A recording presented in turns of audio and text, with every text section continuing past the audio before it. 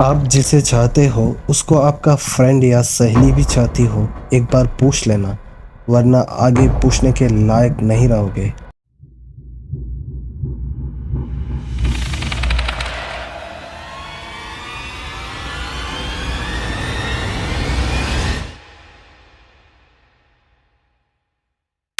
Hi hello अस्सलाम वालेकुम। अच्छे और बुरे, बड़े और बूढ़े सबको मेरे चैनल में खुशामदीद।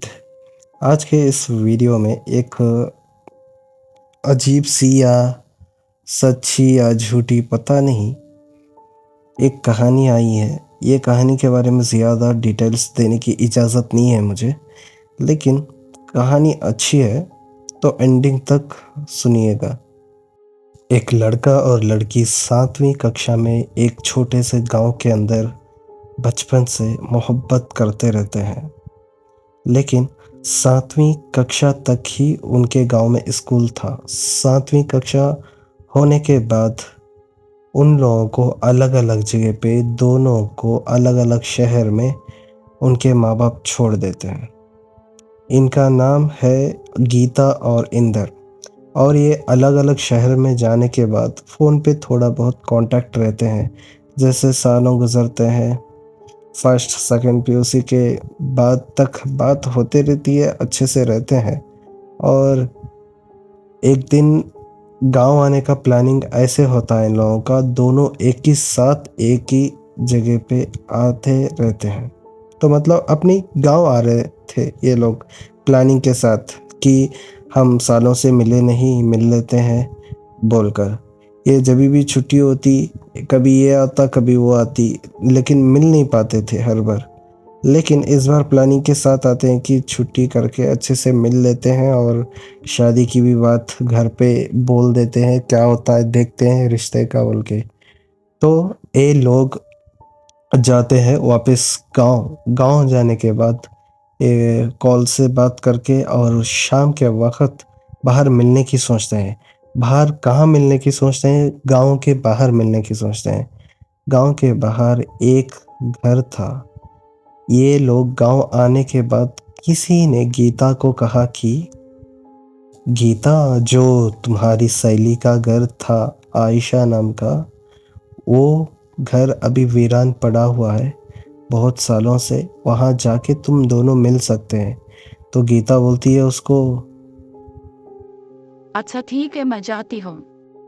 और गीता कॉल पे बात करती है इंदर से कि हम वहाँ अपनी सहेली का घर वीरान पड़ा हुआ बोल के मैं सुनी मेरे सहेली से, तो वहाँ जाके मिल लेते हैं थोड़ी देर, आ जाओ प्लीज़ बोल के बात कर लेते हैं। और बात करने के बाद दोनों निकलते हैं शाम के 7 बजे बाहर, उस घर के वीरानी जगह पे दोनों।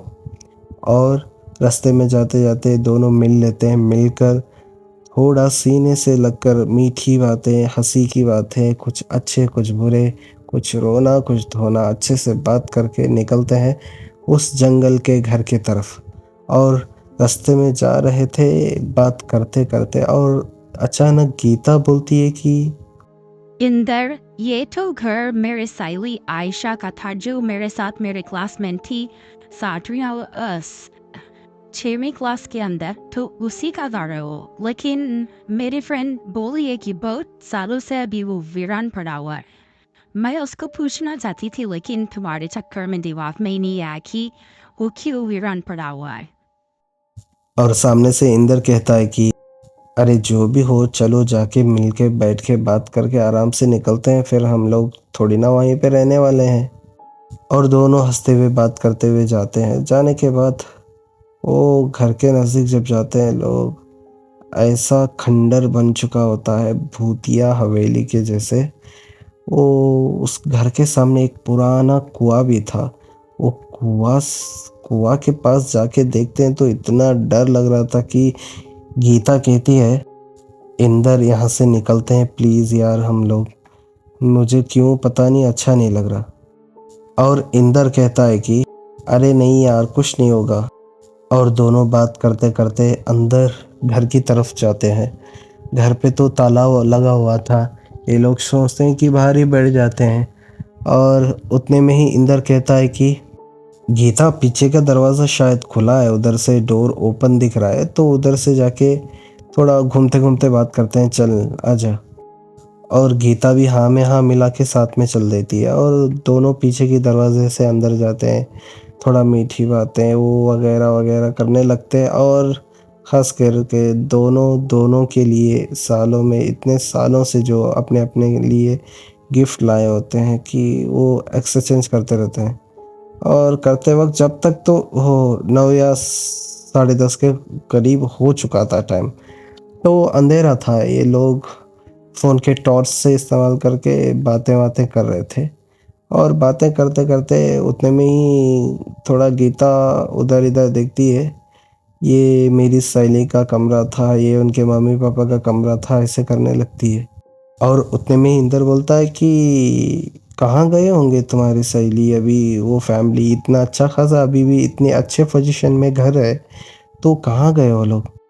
और गीता कहती है कि मुझे नहीं पता यार, क्या पता वो उसका कॉल भी फ़ोन कॉल कभी कॉन्टैक्ट भी नहीं करे हम लोग फिर से, हम जब हॉस्टल जाने के बाद।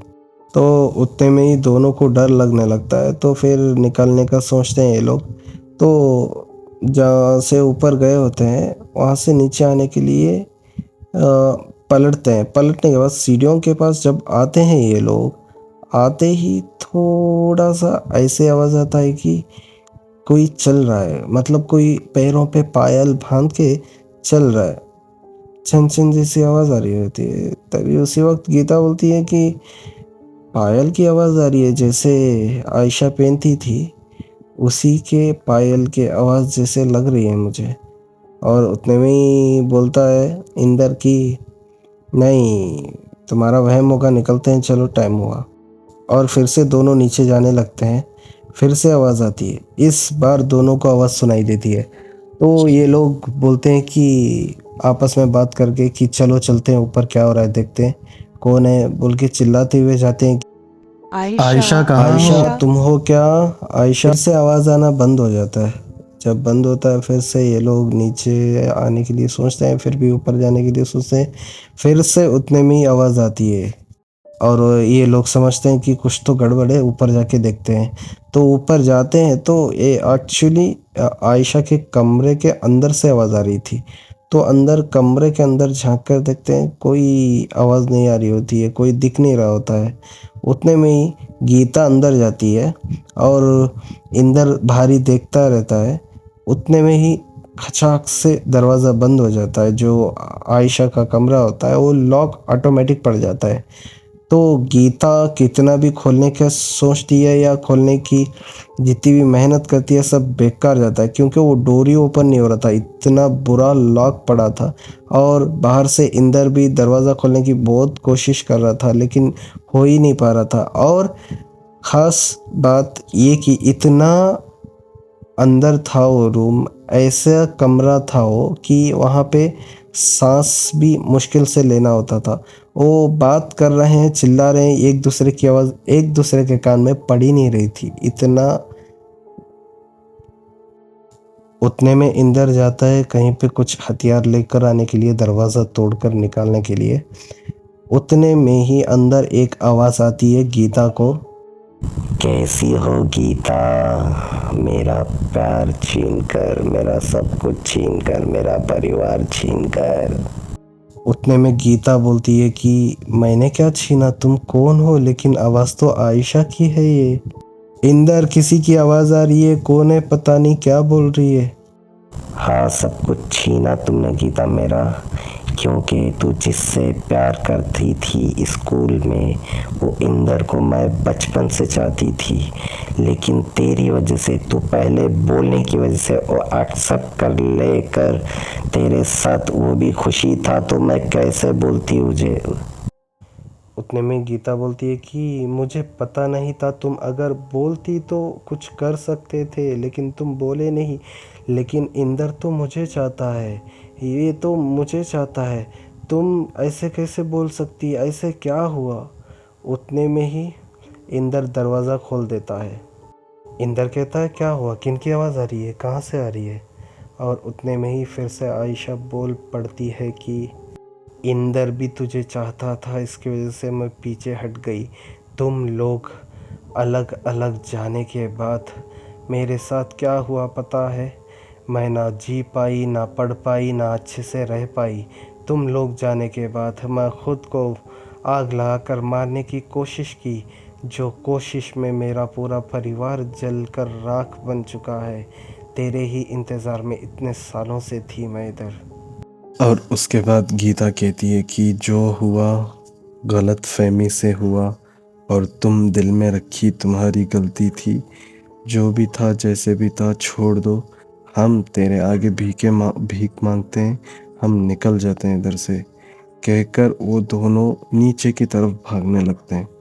भागकर वो टूटी हुई पीछे के दरवाजे से निकलते हैं, तब उसकी आवाज़ ऐसे आ रही थी कि कोई एक जंगल के हाथी के जैसा। इतना बुरा आवाज़ था।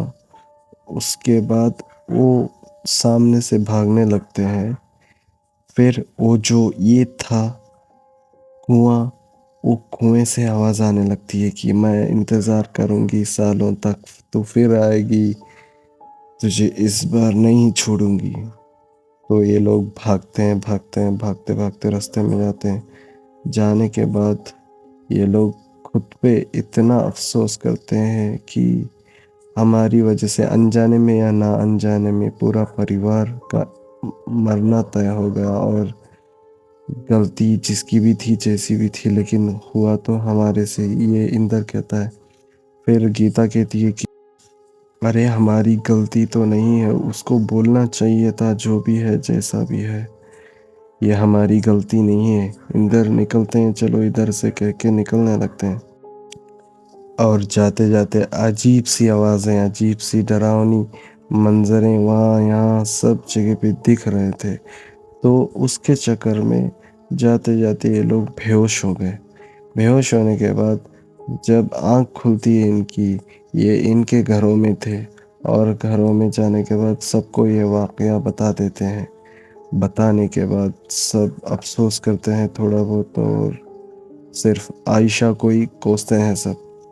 तो इस वीडियो से ये सीखने को मिलता है कि कोई अगर किसी को चाहता है, अगर खुश रहता है उसके साथ, तो छोड़ देना चाहिए, उसके साथ ज़िंदगी भर रह लेना चाहिए। और इधर ना इंदर की गलती थी, ना गीता की गलती थी।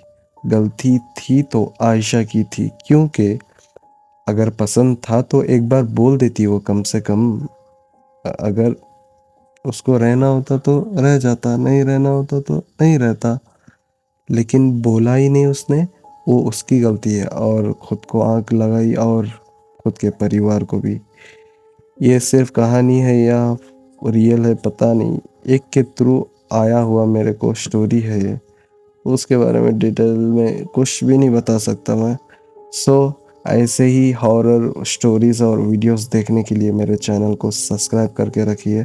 और जिसके भी पास ऐसे हॉन्टेड रियल स्टोरीज़ हैं अगर, तो मेरे व्हाट्सएप नंबर पे जाके मैसेज करके बता सकते हैं। वो चाहे वॉइस मैसेज हो चाहे टाइपिंग मैसेज हो, मैं थोड़ा एक्सप्लोर करके मेरे ही अंदाज में आपको स्टोरी का एक्सप्लेन करके बताऊंगा सबको। तो आज के लिए बस इतना ही। चलो बाय बाय, टेक केयर।